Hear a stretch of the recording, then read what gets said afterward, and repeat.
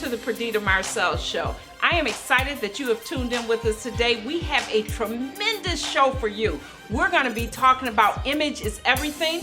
We have a great guest here with us today. Her name is Joan Lincoln.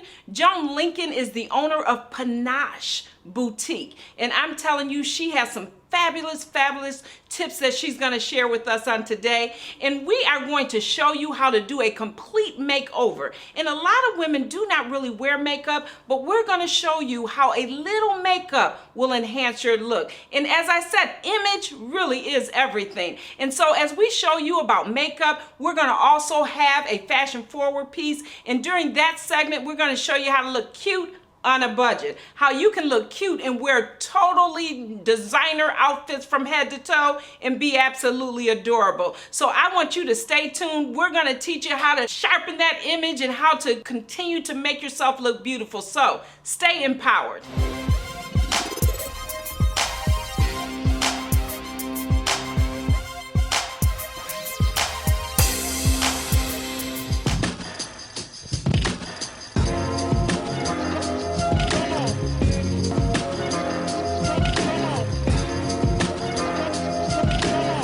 Welcome to Hair Galleria, 1115 Hudson Avenue. Open every morning at 8 a.m., including Sundays. Where all our remedies either buy one, get one half off, or buy one, get the second pack free. Africa's Best and Pink Smooth Touch Relaxers, $1.99. All barber supplies, 15 to 20% off. Eyelashes, 2 for $1 and $10 wigs.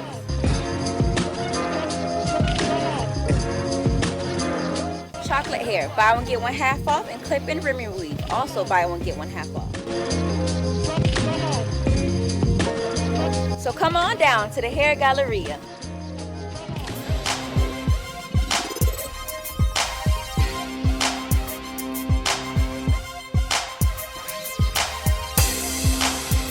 I told you I have a special guest for you here today. I have Joan Lincoln of Panache. It's a vintage and consignment boutique, and I am so excited because she has so much to offer us today. How are you today, Joan? I'm great, thank you. It is good to have you with us. I'm so excited. I can't wait to chat with you. Yes. Listen, tell me a little bit about yourself. Who is Joan?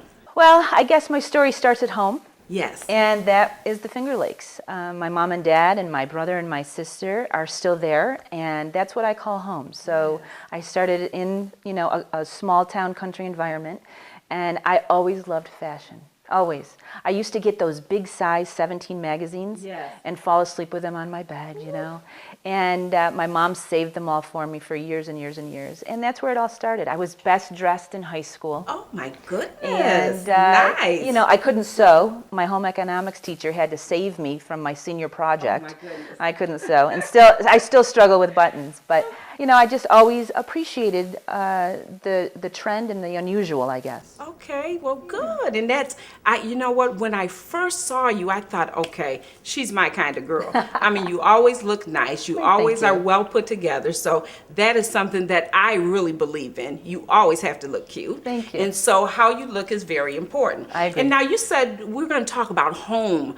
where you're from, who Joan really is, your girls. I know you have 3 daughters. Tell us a little bit about the upbringing of your daughters and how you were able to manage that as a single mom. Well, I did become a single mom. I was married to their dad, my high school sweetheart. I used to love to tell that story. Wow. And we were great. We had a 20-year solid marriage, but, you grow apart and things happen. Yes. But my girls, So you married young?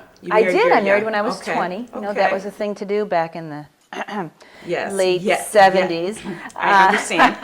But, it's all part of my story. Yes. And I was blessed. We had 3 beautiful daughters. And actually, they're going to be 28, 24, and 19. My baby turns 19. Yeah.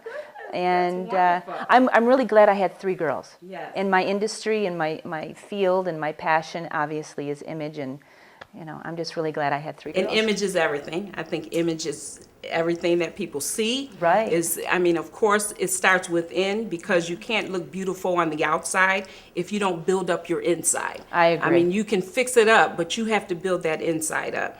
And so with your girls, bringing your girls up, how are you able to really, as a single mom, deal with the times of, things aren't going so great, having to be single and raise those girls? I have 5 kids myself, and they range from the age, my youngest is 22, my oldest is 36. And so I know that being single, though, I haven't been single, I've been married. So being single is a lot different. Right. You have to maintain, you have to work, you have to do what you have to do to really bring your children up the way they need to be. So tell me about that. You're right. I mean, I don't want to discount the fact that their dad was very still involved and still is. But pretty much you just wake up and you say, this is what we have to do today. Getting in a routine is huge. Yes. And I really just tried to make them the priority. And I'm really, really proud to say that they're all very successful in their careers and in their education. In their personal lives, they've made great choices regarding relationships.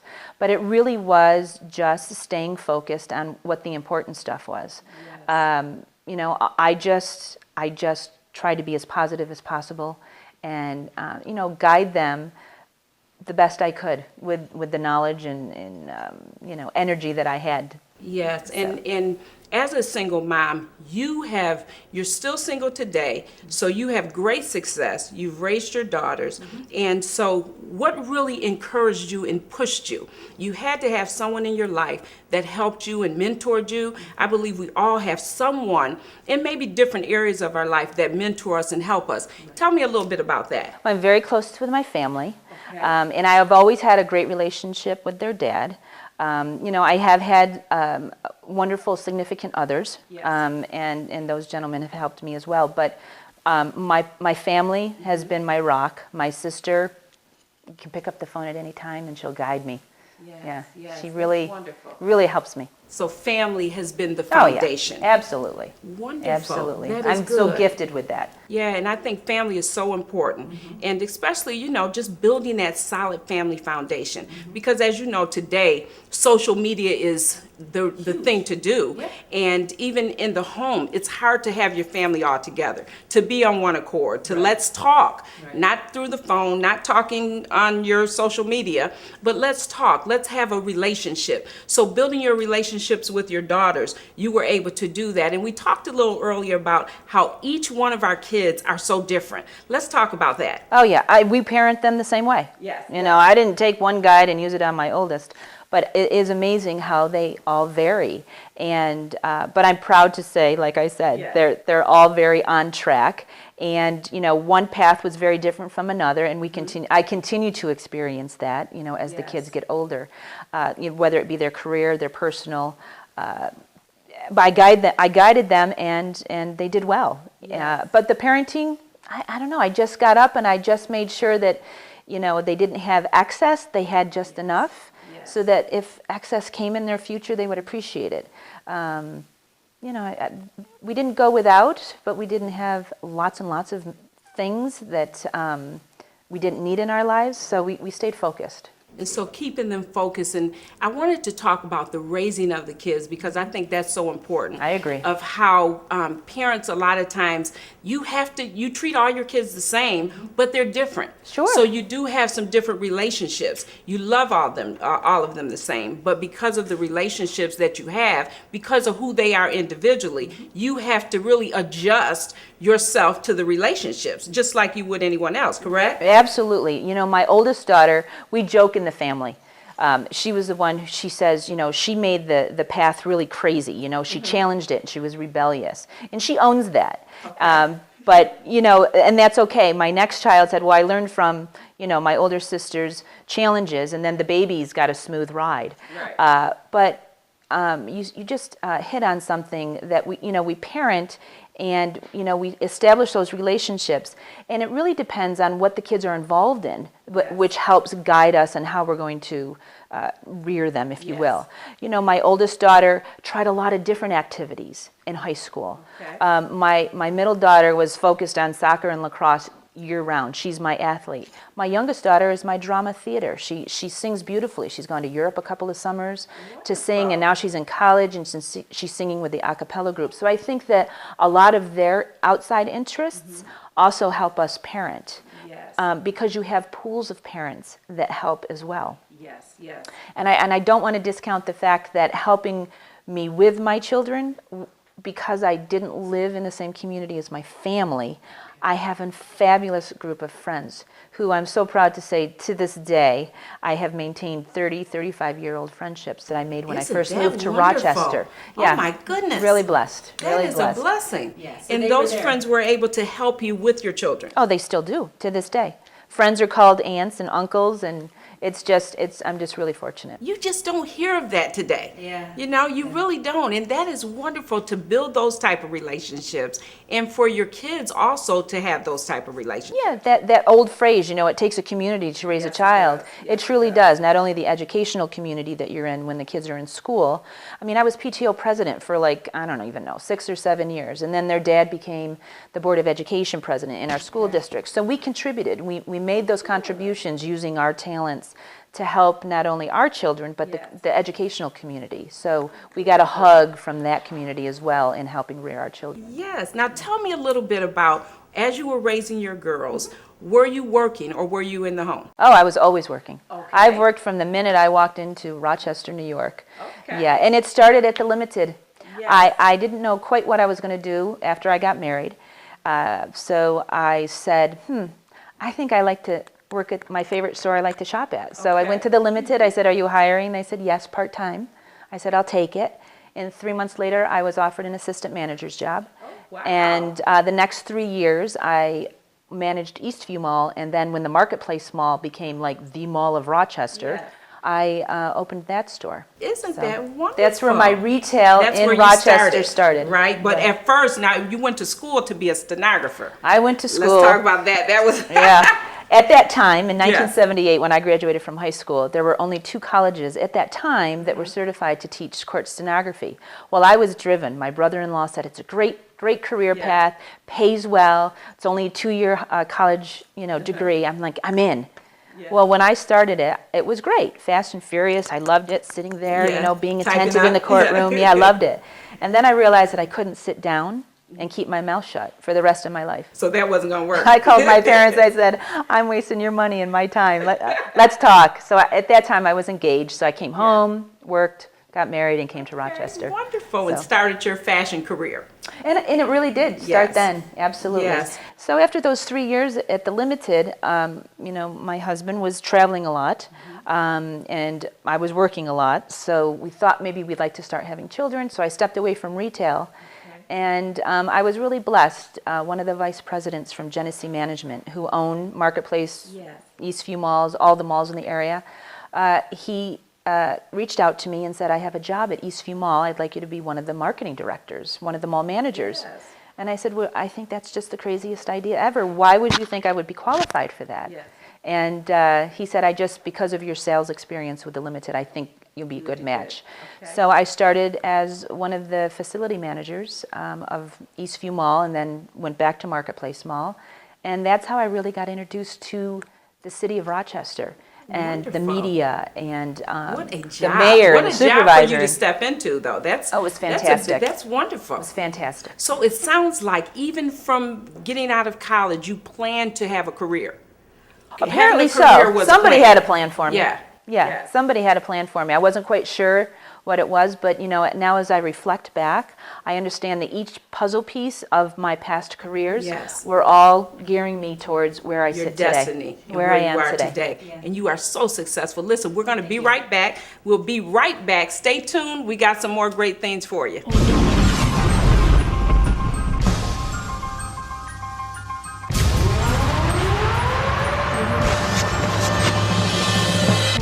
Listen, you got to come and join us for What's Cooking. My What's Cooking segment, it really sheds light on your chef and your restaurant and what you're doing in this city. We would love to connect with you. Go to our website, drperditamix.com. Connect with us right now. We'd love to come in and shoot live your restaurant, your chef. And then remember, we are doing our Shed the Weight Challenge. Shed the Weight is designed to help us to lose a certain amount of weight in 4 weeks. We started on last week and our team has already lost 110 pounds. I am excited because I expect to shred some weight. So I want to invite you, go to the website, see what we're doing, connect with us.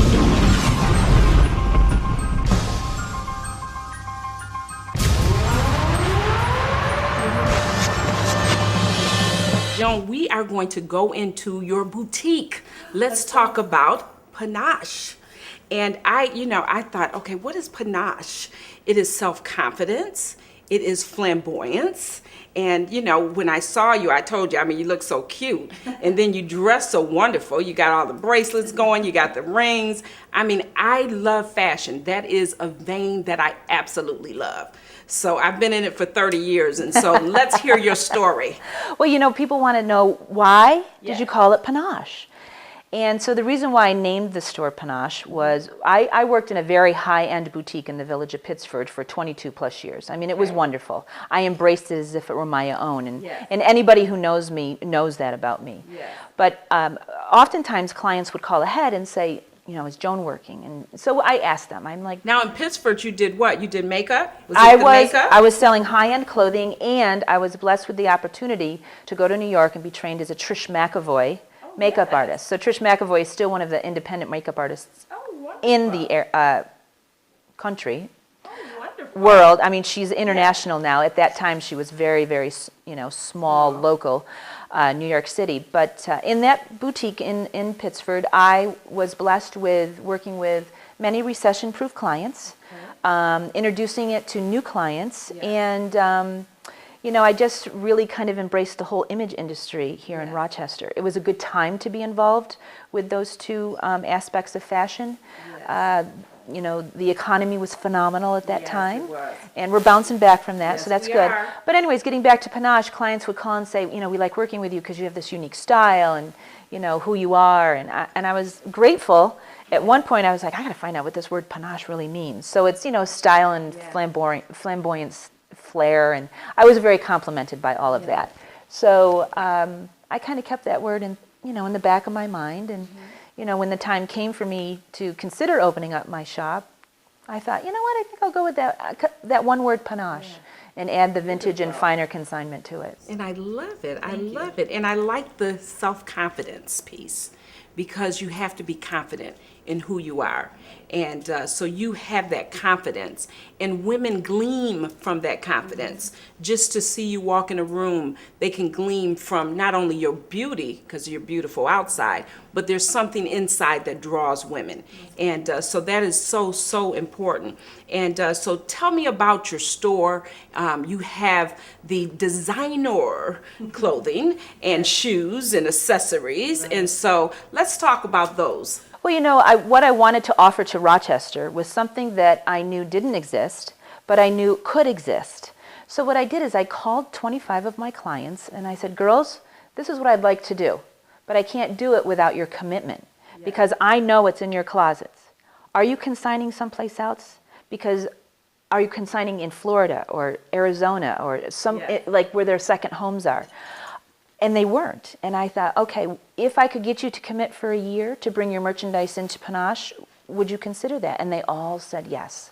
And then I asked them each to introduce me to a friend of theirs who I didn't know that had similar merchandise. Because I wanted the Chanel, and I needed the Prada and the Gucci. I needed the Lilith and the Elm and the Runholtz. I needed these boutique labels that were no longer available locally, that customers had become used to buying. And so all of a sudden the inventory started to build, and I thought, okay, well, now that I have the inventory, I better find a spot, to build it. So great. I am in Very Brighton. good. And the merchandise is fairly eclectic. I don't want a client to come in and feel like they're going to find a pair of just classic brown black trousers. We really want that flamboyant item, that item that's unique, that has the panache. And the vintage element of my business is I love the history of fashion. So a lot of clients have never touched a vintage garment. but to see a hand-sewn garment from the 40s and 50s. And of course, thank you, Mad Men, for introducing the 50s and 60s back to us. So I love that element of fashion. So our vintage collection is not large, but it's very specific and in mint condition, and I find it really fun to offer that to our clients. And fashion is so important. It's important for your image, as we talked about. And so designer clothes, now I'm just going to be very honest with you. I just love to look cute. I think looking good is important. Your image is important.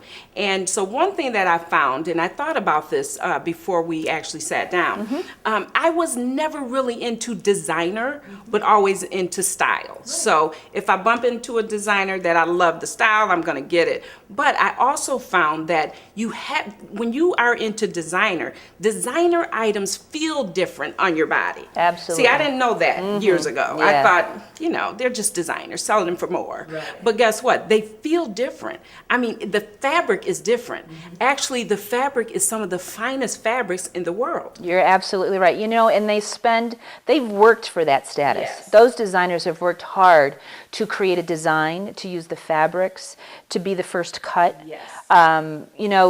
It is amazing if you were to take a Chanel jacket and compare it to a lower end, and I love Chico's, but if you were to compare the two, and God forbid I even use them in the same sentence, but you get it, the seam work, the lining, the reinforcement, the detail, it just takes your breath away. The fabric, the fabric, it is phenomenal. The stitching, everything about a designer piece. And so many times women don't really understand the difference. And so I thought I'd bring that to the table because... I like educating women on fashion. Yes. I'm not all about a label, but I know that a lot of women love designer labels. Yes. And there wasn't a consignment store that offered that locally. So that was my niche. Yes. And I thought, okay, if I can continuously offer, like right now we have like probably a dozen pieces of Chanel items available. Yes. I mean, that's just... it just takes my breath away thinking that we can offer that to Rochester. Isn't that wonderful? But the image is important. We used to get about 10 seconds to make our first impression. Yeah. Now we get 3 seconds. That's it. That's all you got is 3. And I say to my kids, you know what? Image is everything, but it's your gift wrapping. And it really is what's down under that makes it work. And you talked about self-image and self-esteem and self-confidence. I'm going to tell you what, it wasn't until I started seeing myself like others saw me, at which point I kind of woke up and thought, okay, it's time to do this for me. Wow. So I quickly wrote a business plan, got educated. I went to all kinds of small business association presentations, and I developed this business plan and wrote it, found my location. You were 50 years old when you started your business. I did. Oh my goodness. Yeah, you know what I did for my 50th birthday? What? I got a new hip. Because I knew I needed to be physically ready for my next chapter. So I got my new hip, wrote my business plan. Let's work this out, right? Let's get ready. I'm not going to look like I'm 90, I'm not going to be limping all over, right? Wonderful. Yeah, so that's what I did. I took care of my physical part. I wrote my business plan. I found the location. And I educated myself. Knowledge is power. I educated myself on how to run a small business. I had worked for a number of successful small businesses, and I felt like I contributed to the success of those businesses. But now it was my time. Yes. And it wasn't until I saw myself like others saw me, and I thought, this is time, Joan. You gotta embrace the fact that you exude this self-confidence. Yes. So let's use it. Step out, share that with others. I did. And so I'm so excited, and listen, it is just a pleasure. Well, we're going to get ready to do a makeover. We have a lady that we're going to do a makeover on, and her name is Tina. My brushes are hot. Yes. So we'll be able to see your wonderful work with makeup. Thank you. And then we're also going to do a fashion piece. Sure. It's called Fashion Forward, cute on a budget. So you can get your Chanel's, you can get your, I love Vuittons. Oh, Yep. yes, and your Louis Vuittons, and you can. I'm wearing a you Escada. can do that. Oh, are you? Yes, oh, I am. Nice. I started to wear my Escada. This is Terry John. Oh. This is Terry John. I like Terry John. Yep. Some of their things. No complaints there. But yes, and so so we're gonna look at all these different areas and really give that to everybody that's watching. So listen, I want you to stay tuned. We got some great stuff coming up, so you can make up and look good. Stay tuned.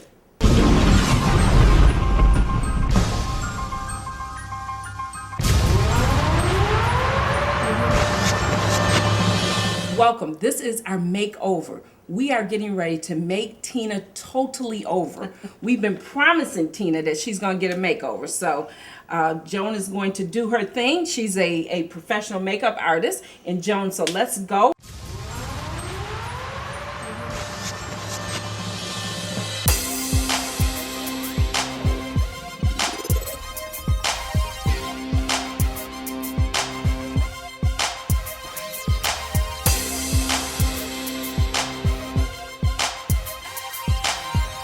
Welcome back. We're here with Joan and we're getting ready to see Tina with the full makeover. She looks absolutely beautiful. Joan has done her makeup. Thank you. And also dressed Tina. So let's see Tina. Well, we made her perfectly panache. So we put her in a little amethyst to complement that beautiful, beautiful color of her hair. Yes, And Tina. her little Kate Spade bejeweled dress looks fantastic on her. Her iris color just pops right out. Yes, and Tina's hair has been done by the Palace Salon, and she has color. She had her hair cut and layered, and she just looks absolutely wonderful. You look beautiful. You look wonderful. You look wonderful. Thank you so much, Tina. Turn around for us. Yes, she is. beautiful. All right. And so we have a couple more models that we're going to bring into the show, and we have Kamika. And what is Kamika wearing? Kamika is wearing a separate from Joanna Broschke. It's a boutique label garment.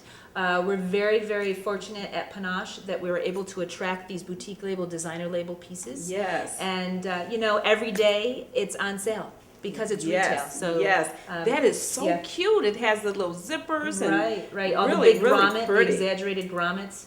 So resale is where it's at for designer goods right now in Rochester. Yes, I love that. I love that. Okay, thank you so much, Kamika. And next we have Delana. And Delana is wearing? Delana is wearing a design top from Elm Design. Now these designers have created garments that have a lot of different harnessing options. Yes. So as you see, she has this really fun peplum at the bottom of this jacket, and it's held up and swagged by buttons, and those buttons can be undone, and then it becomes a below the knee duster. Really? So it's really fun how the designs have, they create one design, but there are many, many ways to wear Oh, it. now what's the name of this design? Elm, E-L-M, Elm Design. Beautiful. Yeah, Let's see, yeah. step down, Delana. Let's see the back. I love it with her little camo pants and her little motorcycle boots. It's great. Oh, Great. very cute. Hey, thank you so much, each and every one of you, for participating. All of you look wonderful. And thanks again, Joan, for being welcome. here Thank you. and doing all this for us today. The fashions were wonderful. Our time of conversation was absolutely great. And then the makeover was phenomenal. So we are excited, and we know that we can come to Panache in order to get our designer wear. So thank you so much, Joan. Welcome. Appreciate Thank you. you. Much fun. Thank you.